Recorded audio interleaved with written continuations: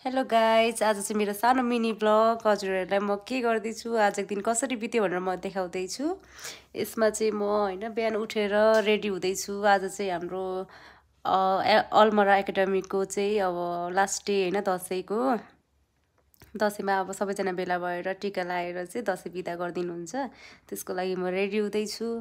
अहिले चाहिँ म अब यसो थोरै सिम्पल मेकअप गरेर आँखामा मस्करा सस्करा लगाउँदैछु। अनि त्यस पछाडि रेडी हुँदैछु। अनि अब लिपस्टिक त लाउनु पर्यो। लिपस्टिकमा चाहिँ म चाहिँ अब हल्का यसो मरुन कलर लगाएर चाहिँ हल्का छेउछेउमा आउट गरेर अनि त्यस पछाडि चाहिँ म अर्को कलर न्युड कलर लाउँदैछु। अब हल्का राम्ररी त हुनै पर्यो होइन। यसको लागि म रेडी भइसकेँ। अब कपाल पुरै कार्लाङ कुरुङ छ नि त, यसको लागि चाहिँ थोरै आइरन गरेर हल्का नेचुरल टाइपको आइरन गरेर चाहिँ म आफ्नो कपाल सेटिङ गर्दैछु। अब हल्का रुगा लागिरहेको छ नि त, त्यही भएर मेरो स्वर चाहिँ अलिकति अर्कै नै आइरहेको होला, तर अब केही छैन, म रेडी हुँदैछु।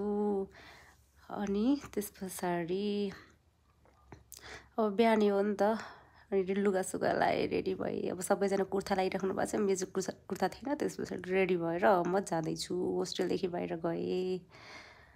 अनि अब हाम्रो चाहिँ सबै सर म्यामहरू सबै आइसक्नु भएको थियो, सबै रेडी हुँदै हुनुहुन्छ।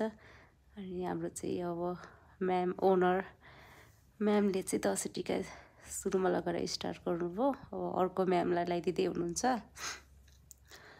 अनि हाम्रो चाहिँ यसरी एक एकजना गर्दै म्यामहरूलाई सरहरूलाई टिका लगाइदिँदै दसैँ सुरु भयो भनौँ न।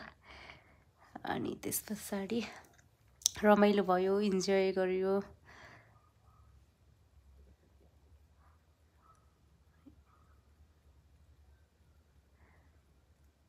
सबैजना भेला भएर चाहिँ म्यामहरूको उता अफिसदेखि पनि आएर अनि लास्टमा मेरो पालि आयो।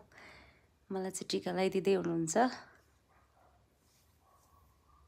अनि छेउछेउमा के भन्दै पनि जिस्काउँदै हुनुहुन्थ्यो। अब हल्का रमाइलो पनि भइरहेको थियो। अनि अब पालो दक्षिणाको आयो। आशिष पनि दिँदै हुनुहुन्थ्यो, प्लस दक्षिणा पनि लिएँ। अब यति त लिनै पर्यो।